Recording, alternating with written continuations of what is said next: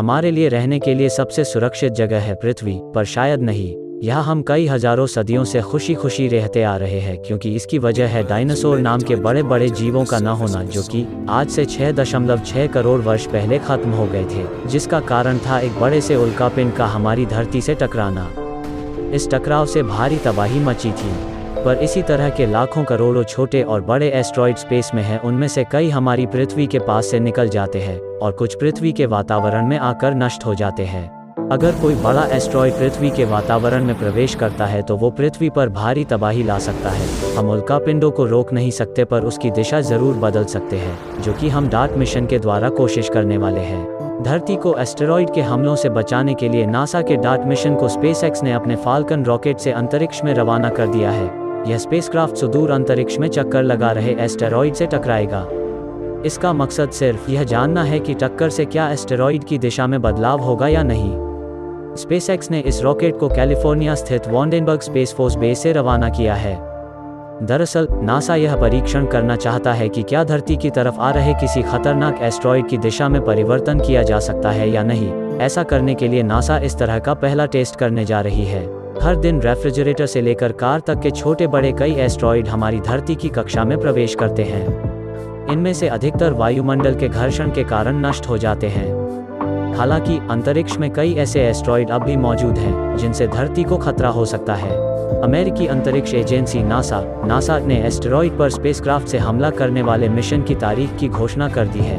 यह स्पेसक्राफ्ट इस एस्टेरॉइड से 24,140 किलोमीटर प्रति घंटा की रफ्तार से टकराएगा, ताकि एस्टेरॉइड की दिशा में होने में बदलाव को रिकॉर्ड किया जा सके। साथ ही यह भी पता किया जा सके कि क्या टकराव से दिशा बदलेगी या नहीं। इसके अलावा टक्कर के दौरान एस्टेरॉइड के वातावरण, धातु, धूल, मिट्टी आदि का भी अध्ययन किया जाएगा। नासा के मुताबिक इस मिशन का नाम है डबल एस्टेरॉइड रीडायरेक्शन टेस्ट। जिस तकनीक के उपयोग से यह कार्य किया जाएगा उसे काइनेटिक इम्पैक्टर टेक्निक कहा जा रहा है। यह तकनीक इसलिए विकसित की गई है ताकि धरती की तरफ आ रहे एस्टेरॉइड से स्पेसक्राफ्ट को टकराकर उसकी दिशा में परिवर्तन किया जा सके। जिस एस्टेरॉइड पर नासा डार्ट स्पेसक्राफ्ट के जरिए हमला करेगा उसका नाम है डिडिमोस। डिडिमोस एस्टेरॉइड 2600 फीट व्यास का है। इसके चारों तरफ चक्कर लगाता हुआ एक छोटा चंद्रमा जैसा पत्थर भी है, जिसका व्यास 525 फीट है। नासा इस छोटे चंद्रमा जैसे पत्थर को निशाना बनाएगा जो डिडिमोस से टकराएगा।